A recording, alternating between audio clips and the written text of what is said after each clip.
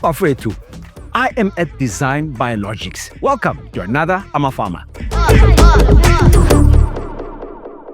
So guys, I have the privilege of sitting down with somebody who's got more degrees than a thermometer. Huh. Yes, a very well-educated lady in the research and development of vaccines, because these people are very, very important, just as important as the farmer. Remember, food security is the name of the game. Dr. Christine, welcome. Thank you. Okay, so let's start from the beginning, Doc. Who is Dr. Christine? Where are you from? And what do you do? Okay, my name is Christine Kahinda in full. I'm a biological scientist who works in veterinary vaccine research and development. A little bit about my background and how I got to where I am. I studied my undergraduate at UJ, University of Johannesburg. And what I did was actually biomedical technology. And from that, I continued with my BTech and my master's. And for my PhD, from my master's project, I was really fascinated on immunology, and I wanted a project that was immunology linked. I applied for a couple of PhD projects and programs, and I was fortunate enough to be awarded the Marie Curie PhD fellowship, which allowed me to move to the UK, where I worked on a project on malaria immunology. And that really what brought me into this field. From completing my PhD and coming back to South Africa, I started working at Onderstepoort, where I did vaccine research and development. And that's how I ended up here. A lot of people think because of my background and my studying that is all I do. I'm also a mother of 3. I'm married. Yeah, so that's a little bit about me. You know, when I read your profile, I'm thinking, hey, this lady, she probably doesn't have a life, because her nose was buried in books the whole time. Not really. That's what people think, but not really. I completed my PhD when was that? 13 years ago. And beside work and stuff, I'm involved at church. I've got other activities and things I do beside work and beside R&D. One thing is for certain, Doc, what you do is very, very important. Mm-hmm. I'm going to ask you a question which you might think is stupid. No, not at all. Yeah.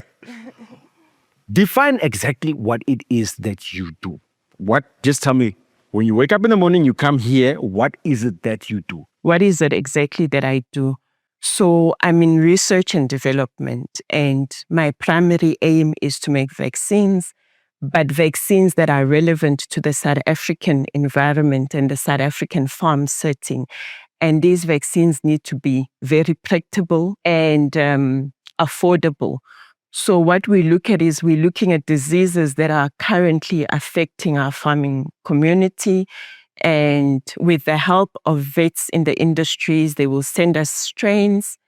And what we do with those strains is in the lab, we try to manipulate them in order to make them turn them into a vaccine. So either by killing them or attenuating them and formulating those and packaging them in a way that it can be used as a vaccine. So that's what I do. I study the disease.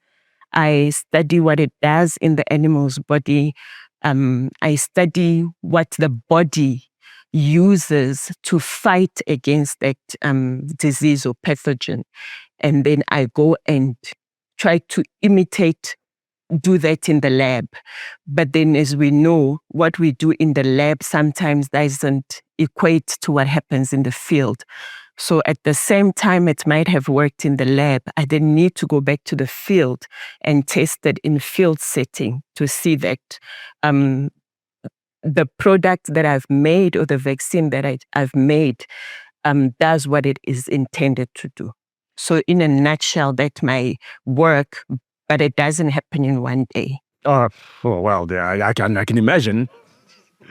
Speaking of the field and versus the lab, what diseases or challenges farmers are facing out there in terms of animal health? in terms of animal health in South Africa, there's like so many challenges in terms of diseases. I know at the moment in South Africa, and everybody heard about it, we had the foot and mouth disease outbreak. But that's not the only one that farmers face. I mean, with any disease and any disease outbreak, farmers lose their crop, there is reduced productivity.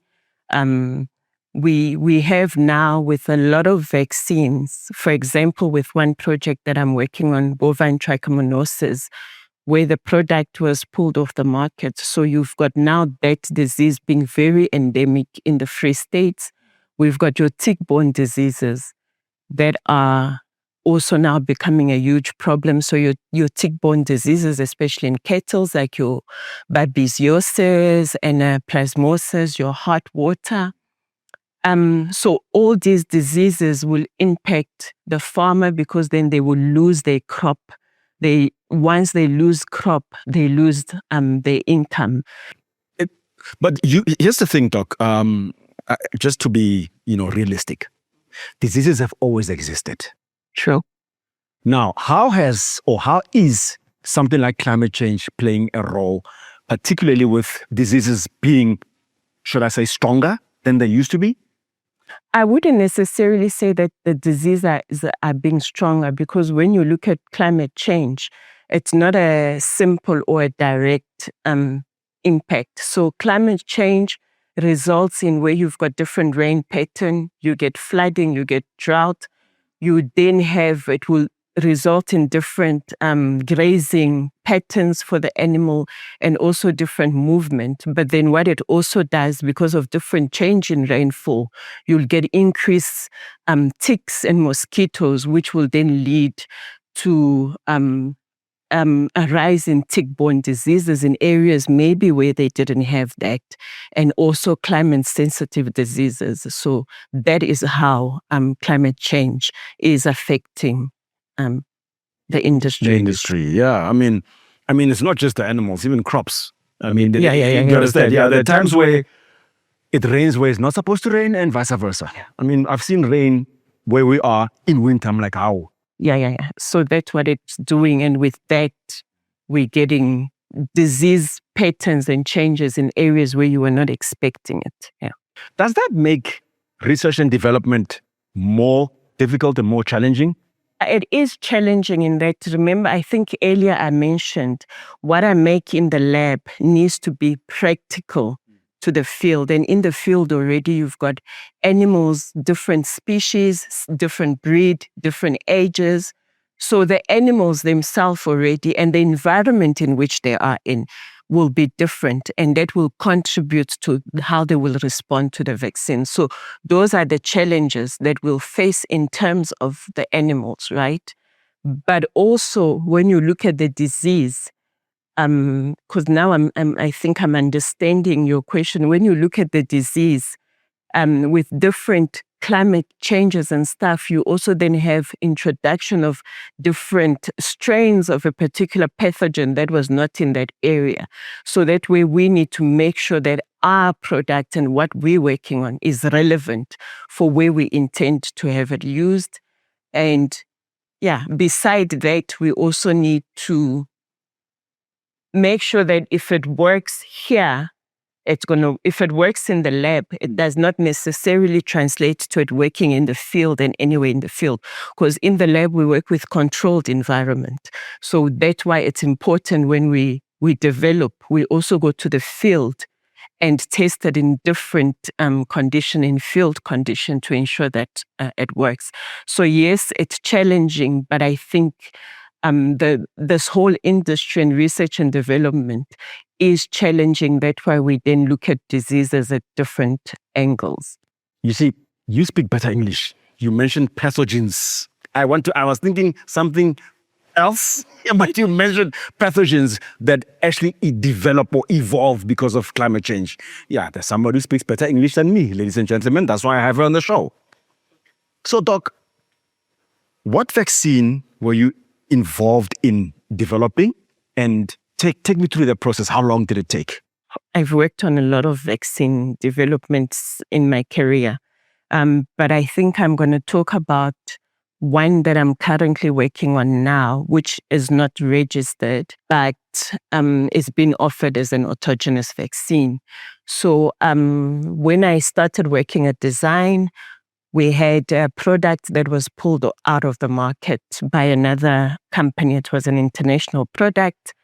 And then farmers started calling us to offer them a solution. So what we currently making is a bovine trichomoniasis vaccine. It's a reproductive disease that affects your bull. And it's a very tricky one where you only notice it when you are breeding and your animals start aborting and stuff. It's not something that would manifest where a farmer can see like the animals have fallen off and stuff. So it's a venereal disease. So with that one, the process was, because it's an autogenous vaccine, because we're offering it as an autogenous vaccine, the regulation and registering it is not as difficult as a normal vaccine that you take to the market, right? The registered product. And those ones can take up to 10 years, 5 years to have on the shelf. So because this one is an autogenous, a special vaccine, what we do is, where the disease has been diagnosed on the farm, they send us those samples. We isolate the infectious organism, which is your Trichomonas fetus. And what we did is try to grow it safely in the lab. And by growing it safely, I mean amplifying it so that we've got enough of it. And that's what we then used. We inactivated. When I say inactivating, it means I'm killing the organism. So I bulk it up, kill it, formulate it with an immunomodulator. So an immunomodulator is like an adjuvant that helps the body recognize this antigen that I'm putting in the body, because remember, the antigen is dead. So by formulating it with particular adjuvant, we then offer it to the farmers as a vaccine. So that one product I can say I've worked on while being here at Design, and that is being used on the market. So you mimic nature inside the lab. Am I understanding this correctly? Yeah. So they isolated from at venereals, so from the reproductive tract, they bring it here, and there's a whole lot of process and test, but we isolate the actual organism that we want. And then, yes, put it in an environment, in a condition that allows it to grow or multiply and replicate, so we make a lot of it. Yes. In the field, I hear a lot from farmers, these vaccines are so expensive. But you don't know what it takes to produce them. And we're actually trying to make them as cheap and affordable as we can. I'm going to speak for Design, and that the product we are making is with local strains. Because with some of them, you are buying from whoever. I know your Clostridials and stuff, it's the toxin. But when you start looking at things like your blue tongue, your African horse sickness, even this foot and mouth disease, it needs to be the circulating strain within the country. Speaking of environment, I mean, I'm here at your labs here, and I can tell you, you guys have state-of-the-art, yes, machines. And so how is technology playing a role in terms of vaccine research and development, actually? It's playing a major role, because now, if you compare to what was the technology before now, and even if you look at the vaccine technology, we've got now new equipment, new technologies that comes up that allows us to dissect and really understand these organisms that we're working with. Because if you know diseases and infectious diseases and your bacteria or viruses or parasites are very complex. It is not a one-shoes-fit-all solution. There's a lot of antigens that changes over time. So with technology, we are now able to, multiplex. We are now able to sequence and really understand the organism. And yeah, so the complexity of it is, in a way, starting to be made easy, but it's not completely easy. Yes. This reminds me back on the days of COVID. Let me remove this because I sound like Bane from Batman. So this reminds me of the days of COVID. Why is PPE so important in this environment? Because we are working with live organism, where we taking live organism and amplifying it and growing it so at high volume. And so the PPE is really to protect yourself from what you are working with. Oh. In this lab in particular, but it's also to protect the product so that what you have on does not go into the product. But most importantly is to protect us from what we are working with. Okay. Yeah, because when I came here myself and Itu, we had to wear overalls but at least I'll tell you something, it makes me look smarter. Yeah, I'm very happy like that. Now I look like one of you guys. Now I can easily fool the viewers and tell them that I'm also a scientist. So what is this, Doc? I want to see what you're doing. There's a lot of stuff happening here. What are you going to do for us today? So I'm going to activate a culture. So meaning there's a product that I want to make, and normally it's organism that we get from the field and we isolate them and make them in bulk.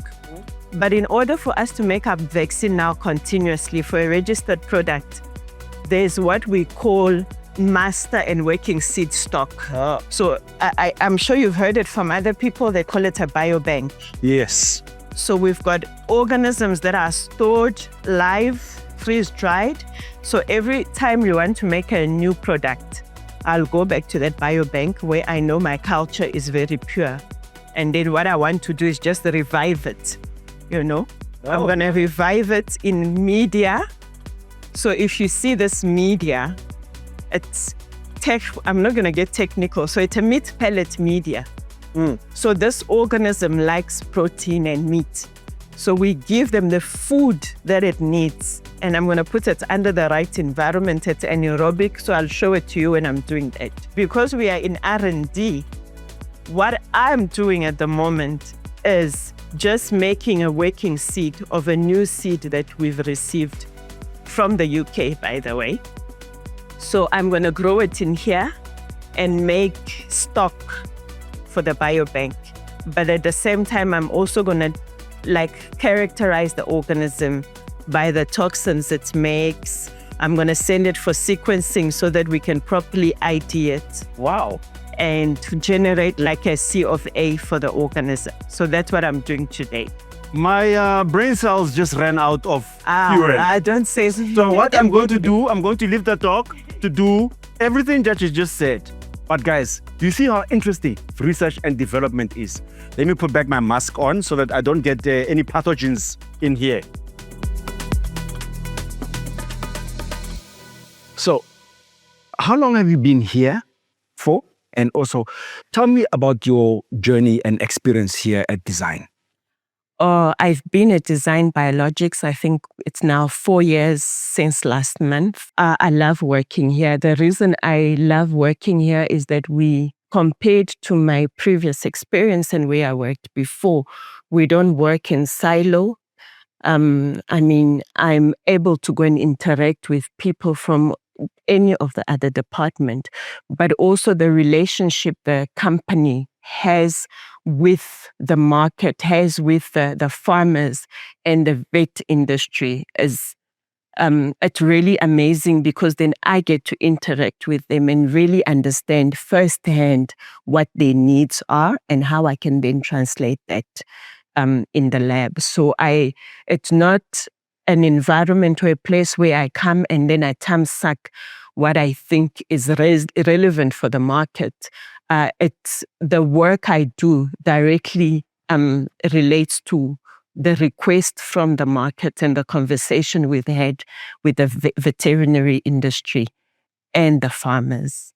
So that's really what I like. So that opportunity to interact and speak with people in the industry, that's what I like. And that there's no barriers, I know in the lab, when I need something, if I compare it to my previous company, the processes here are much easier. Like your procurement processes are very easy. If I can just motivate and I need something, I'm going to get it within a week. The delay is not going to be from within the company. The delay, if any, will be external. So I like that my work gets to move and I get to work without any barrier.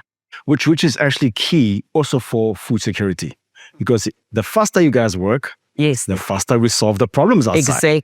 Exactly.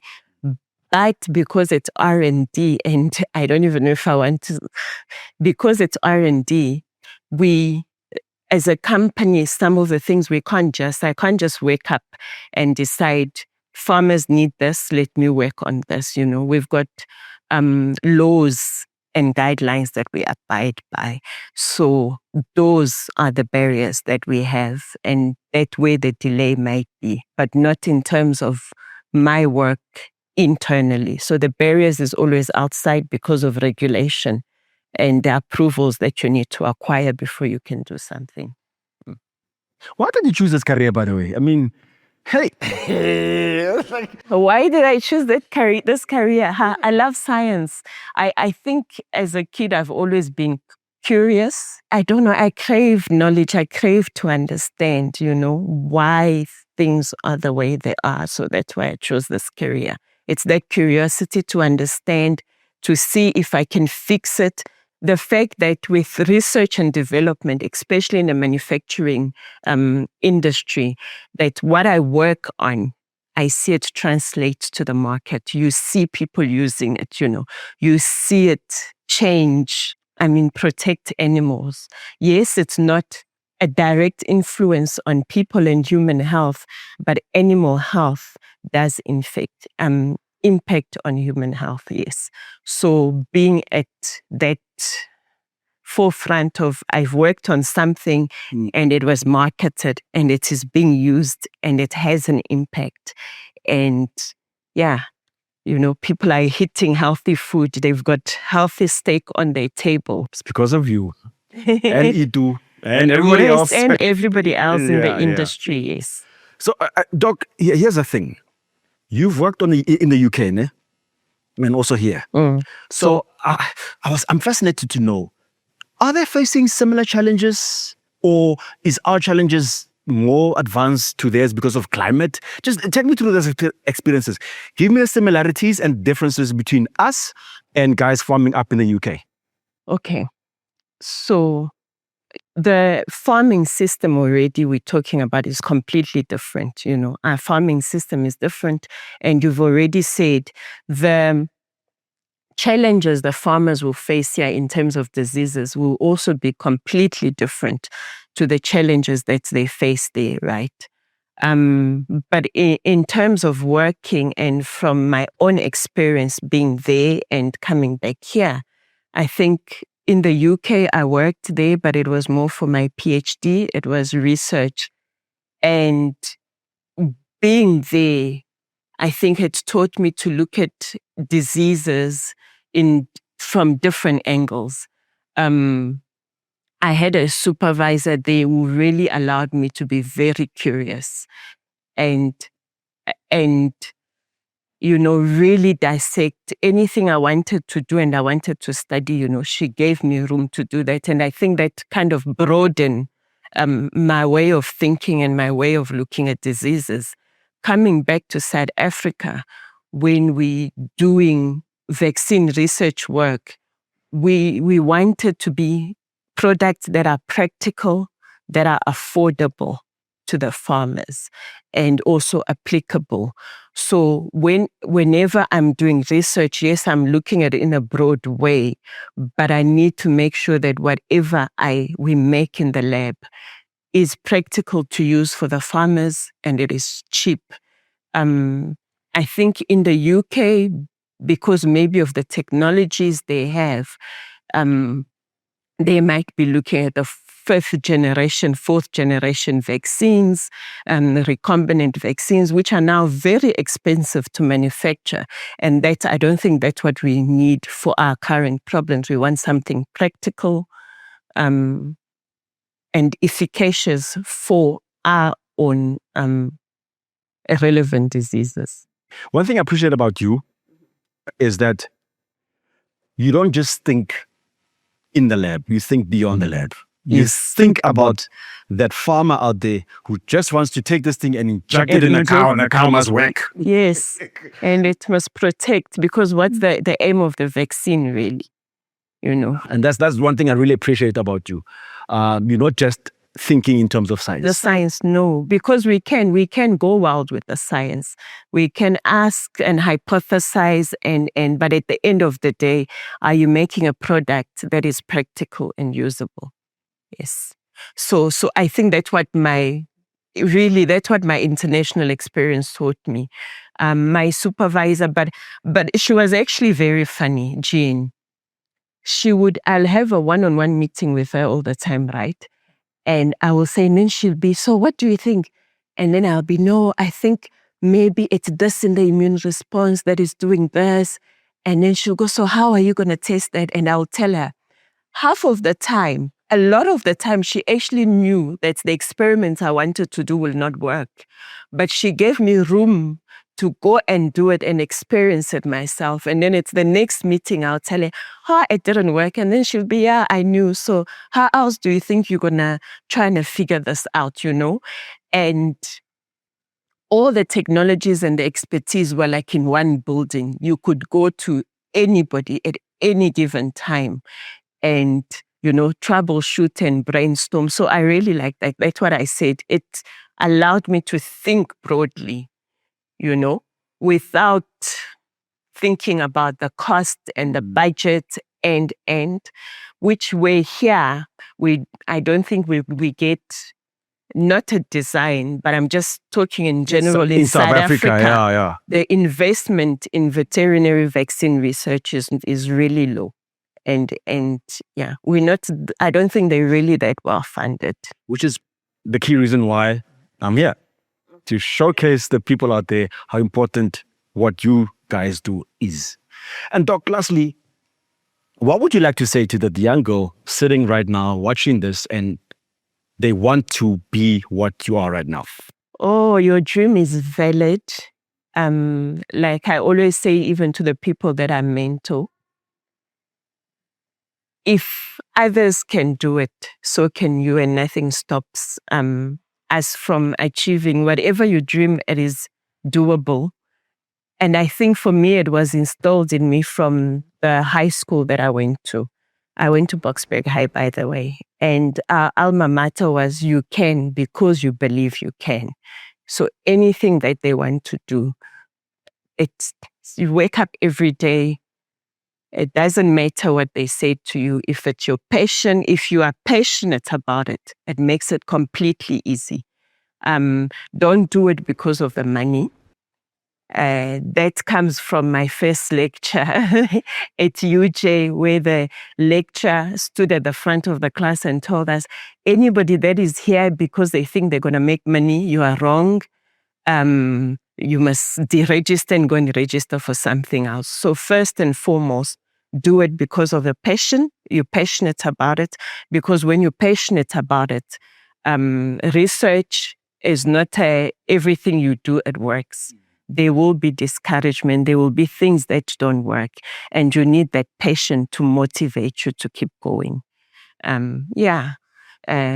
Work smart and focus, set goals, and and move on. Yeah. I don't know, yes. No, thank you so much, Doc, for this. It was very, very nice. It was very, very nice. Look, just by talking to you, I realized I made the right choice. Because if I was in the R&D development, it's actually very patient. It's how? Doc, why not? You're not curious. I'm curious, but this is my curiosity here. Me talking to the people. What? Your curiosity is in people, yeah. But if you've got that same curiosity, that same drive, and that same passion, Yeah, I think you will succeed in R&D. No, absolutely. It's about self-motivation. Doc, what other projects in the pipeline that you're excited about currently? Oh, I know I've got a lot of projects, but there's this one in particular, the ones with the tick-borne diseases. Very excited about it because currently there's really no vaccines on the market for it. Tick-borne diseases are diseases that are transmitted by your ticks.